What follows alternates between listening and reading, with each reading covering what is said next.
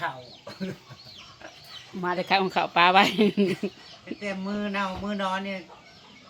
อยู่บ้านจ้ะระวังไปเฮ็ดเวียกระวังไปดำหน้ากับอยู่เฮือนนี่ไปเฮ็ดเวียกโอเคกว่าเด้พี่น้องเมื่อยเด้คือจังหน่อยก็อยู่บ่สบายมื้อเช้าแล้วก็จังหน่อยก็บอกว่าบ่สบายพี่น้องเอ้ยจะเป็นหยังเมื่อยปีนี้เพิ่นบ่หาวพี่น้องบริหารจะคิดให้เฮ็ดหน้าแต่เป็นคนเฮ็ดมากกว่าเว้นคันเขาแบ่งให้กับสิขายจนเบิดใครหน้าตากะกัดเบิดนะว่าเลยเฮ็ดหน้าเรียกแบ่งนะแบ่งให้แล้วแม่นเขาแยกกับพี่น้องมึงไปเฮ็ดถ้ามึงนี่ค่ะหัวค่ะเพื่อปีหน้าเขาที่ปล่อยเพิ่นเฮ็ดคนเดียวเขาถ่ายเพิ่นเอาปัวพี่น้องเพิ่นก็บ่เอาจักเทื่อเขาอยากให้แยกครัวแล้วถ้าเอาพวกเนี่ยควรนะคะนางเสียดหน้าหวานค่ะมันนั่งก็ขายจ้ะโอ้ย เฮ็ดหน้าหวานน้ำสู้ๆเขาสู้บ่ฮ้อนบ่มันก็ห่อชาติเลยมือเขาบ่ได้ฮ้อนไหนใครฮ้อนแสดงว่าบ่ได้คอยได้เขาบ่ได้คอยได้สวยเขา ฮ้อนนี่นะโอ้ย อันนี้แล้วแต่เฮายังฮ้อนคือกันเฮาบ่ได้เข้าครัวเขาวอนเขาเมียลิจับใส่นะ สิโง่พวกเขาเฮ็ดหยังเนาะคะนี่จ้ะเนี่ยส้มตำได้ลูกได้ครัวมาได้ขายของเขาไว้แล้วมันขึ้นมาใครเนี่ยว่าสิบ่มาเนี่ยอยู่ครัวผู้เจ็บมือกับสบายพี่น้องเฮาผู้เห็นหน้าเฮาผู้ดำหน้ากับสบายถ้ามีผู้เห็ดกับข้าวให้กินขึ้นมาบ่ต้องลงไปดอกเจ้าถ้าเห็ดกับข้าวให้กินนี่เนาะมื้อสิลงบ่เช้าก็สั่งแม่มันคือลงไปกระดำ2-3โกกพอดีกระเทินหลวงพ่อสิแล้ว เฮ็ดกับเขาขี้ข้าเมื่อยโอ้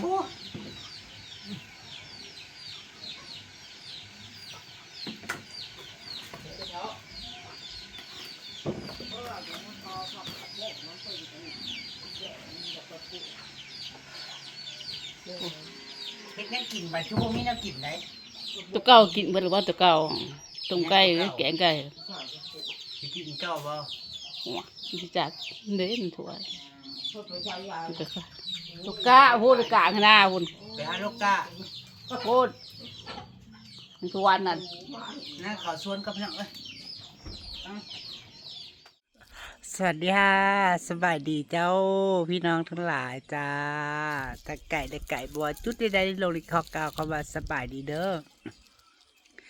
ขึ้นมาเห็ดอันนี้พี่น้องขึ้นมาเมียนเครือหมักบวบ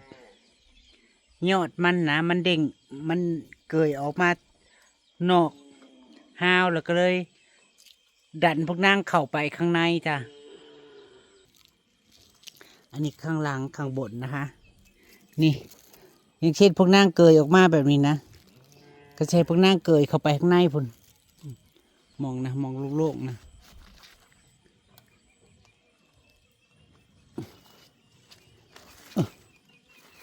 จับปีนให้พวกนางเข้าไป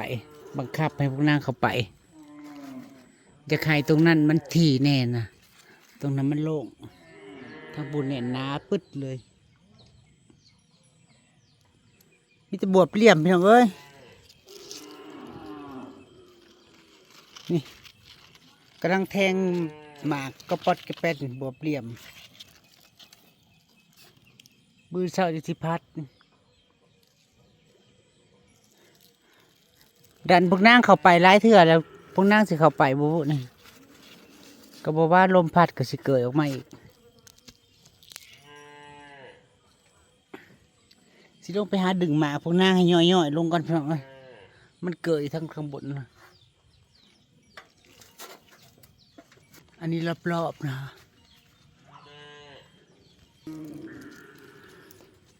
ที่เป็นจุดเด่นจุดคายก็คืออุโมงค์นางเลยพี่น้องอุโมงค์หมักบวบนางแหละจ้าสิหาดึงหมากพวกนางลงให้มันหอยต้องลองเต้งเร่งลงนะพี่น้อง ตรงนี้มันห่างนี่ยอดมันกำลังเกยมาบ่เป็นหยังดอกเดี๋ยวมันก็ทีอยากให้หมากพวกนางหอยลงมานะพี่น้องลงมาพี่ลูกจะได้งามๆบ่กินกับรับบารมี กินบ่ทันกะนี่จะได้สวยๆนะอุโมงค์คุณแม่จะได้สวยๆนะลูกนะจะได้สวยๆ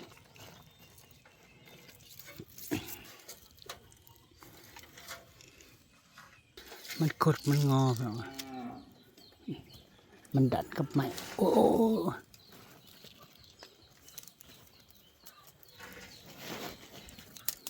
เส้นได้ละงอ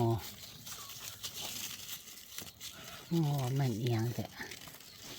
งอก็งอลูกเลยเอาลงบ่ได้ก็ได้เริ่มเอ็นลงเลยตรงกลางนี่พี่น้อง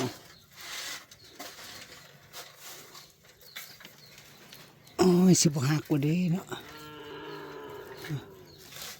มันดึงกันได้สิบหักดอกลงมาพี่เด้อลูก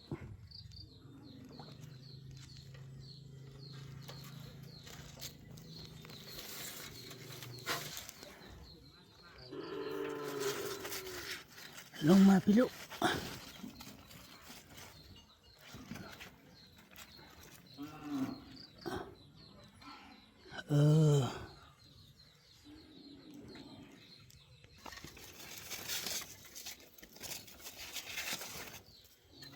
ลงมาพี่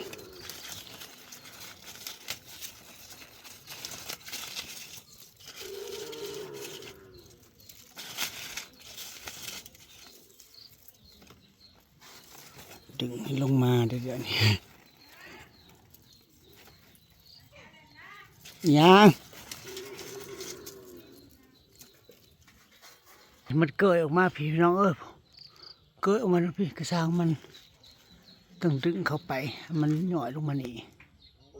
โคตรตัวมันยังแต่ก็สีกันไปหมดลงมาพี่ลูก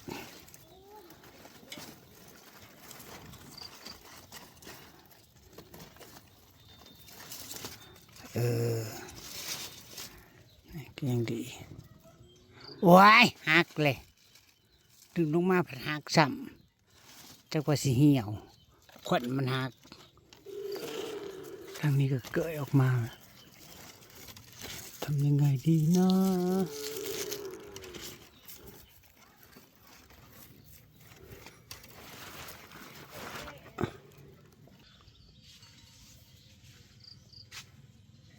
จุดขายอุโมงค์จุดขายของนางดอกไม้รอบๆตู้ก็สิเริ่มโลดเน่ามันปลูกไม้พี่น้องสุกเสพวานอยู่ได้โอ้บอกพี่น้องบางห้องตัวผู้เห็นได้จะเค็มเป็นหมากนี่ตัวผู้นี่เป็นอันนี้คือตัวผู้พวงดอกแบบนี้คือตัวผู้แน่นอนจะทำให้นางเป็นหมากติดตามมึงเลยพี่น้องว่านางจะเป็นหมากบองนางทำหมันจ้ะนี่ค่ะจากตัวผู้ใช้เป็นตัวแม่ค่ะใส่นางมีหมดลูกค่ะนางก็เลยเอาไม้จิ้มใส่จิ้มขัวนะคะนี่จากตัวผู้ว่านางสิกลายเป็นตัวแม่บ่ถาเบิงพี่น้องถาเบิงน้ำกันว่าต้นนี้สิเป็นหมากบ่อยู่หน้าตูบนี่ละใจอยู่หน้าตูบนี่ละมึงแน่บสะอ่อนที่พี่น้องมะเขือยาวนางหลอกร้อนอยู่รอบ2สมดุกแถดูกว่าแท้สิจะได้กินบัดนี่พัดบ่ล่ะมือเศร้าว่าสิพัดผักบวบ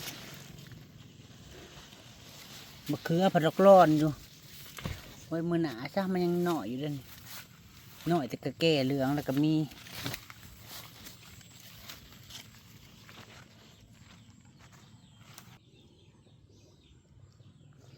โหระพานางกะพวกนี้พอ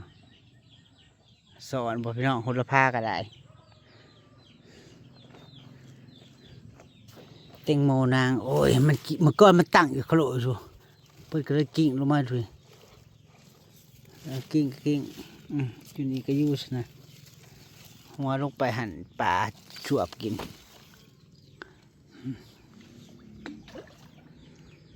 เป็นมักเดียวเครือนี่พี่น้องเครือหลายหลาย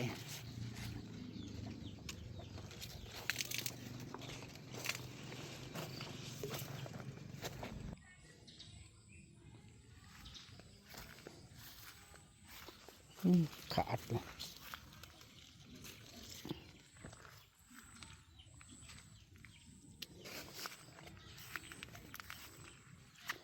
ผักบุ้งนางเริ่มลายเลยเพื่อนเอ้ยบักแล้วซ้ำนี่แหละบริเลิกถิ่มเนาะเลิกถิ่มปลูกใหม่ผักบุ้งนางงามงามจะเป็นปลูกนางใหญ่ไวสัตว์ไว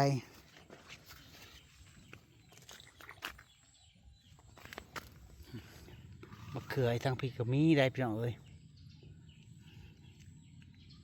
มะเขือยาว อันนี้ก็มาหุ้งตัวผู้พี่น้องเอ้ยนางทำหมันนางสิแปลงเพศให้นางจ้านี่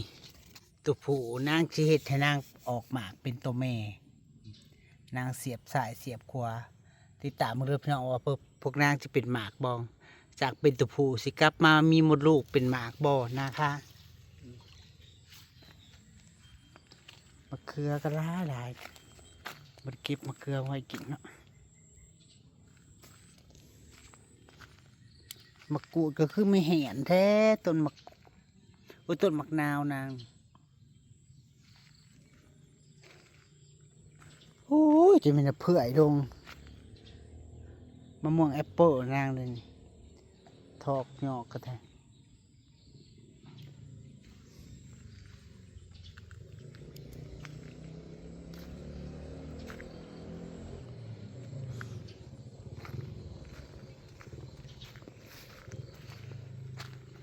เนี่ยแทนเริ่มเคี้ยวงามเลย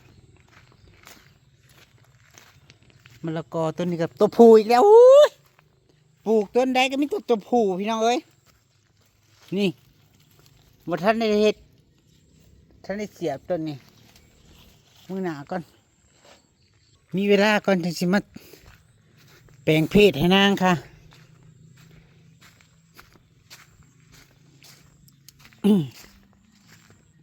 ต้นดอกให้นาง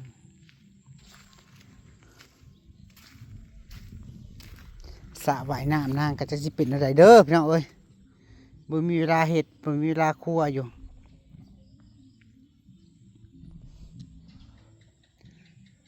ปริมาณเคี้ยวมันแหละขึ้นไปพันไผ่สิบสอดบ่เด้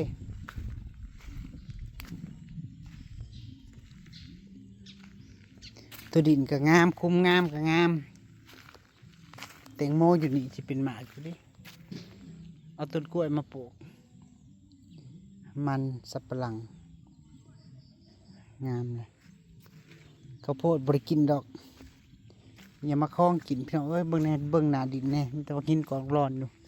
มันบ่ซัดบ่ขึ้นต้นกล้วยอยู่นี่งามเซยพี่น้องเอ้ยมองเขาเถิกมาไว้นี่พัดซัดขึ้นมาก็เลยปล่อยพวกนางอยู่ซะอันนี้จะเป็นบวบหอมเด้อนางเอาในมาไว้ตามเลาะหัว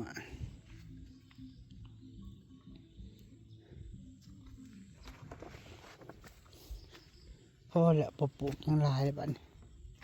ต้นไม้กินหมากระลายเลย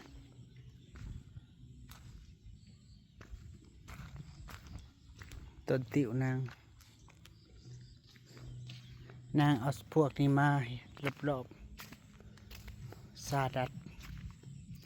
รอบๆเหงาพวกนาง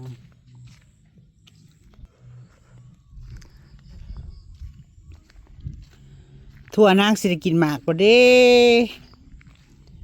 ลามเครือขึ้นเบิดเลย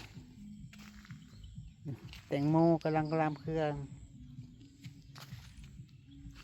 อันนี้แตงให้ได้ออกดอกถอกดอกแล้วได้กินอยู่ดอกได้กิน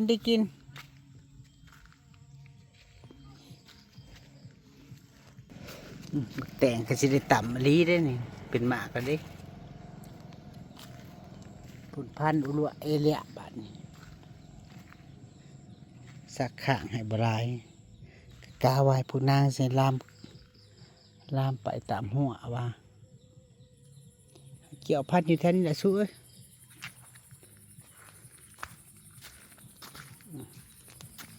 กำลังจอมอ่ะจะกินหรอกเป็นหมาก็ได้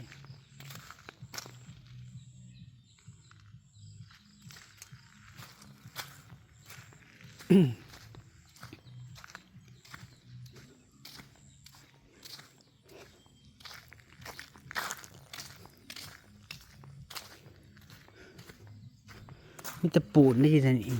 ปูนนางสั่งปูนมา10 สอบ15 สอบ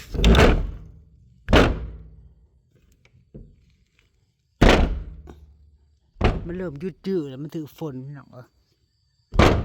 มันบ่เข้านะดึงออกก็ยาก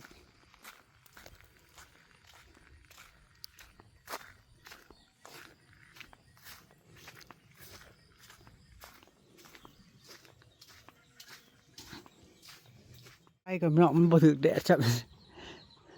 เสียขึ้นไปโผล่ฝนให้คือเทืองๆหมด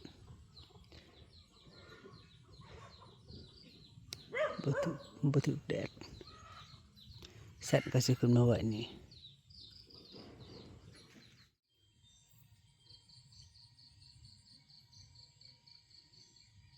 ฝนตกปล่อยแมลงสิถ้าฝนตกนะฝนตกเล่นสิมาเยืองเบิ่งป่าเฮ็ดป่าปืนขึ้นปีนขึ้นตามขอบมันนำน้องเห็นพวกนางปีนขึ้นสิเก็บมือปีอีดอกปีนขึ้นมาหลายๆอันพี่น้องจามลาพาจากกันตาก่อนอื่นขอบคุณทุกคอมเมนต์ขอบคุณทุกกำลังใจขอบคุณเดี๋ยวเบอร์สุขุสุคนเด้อจ้าโดยสบายดีเจ้า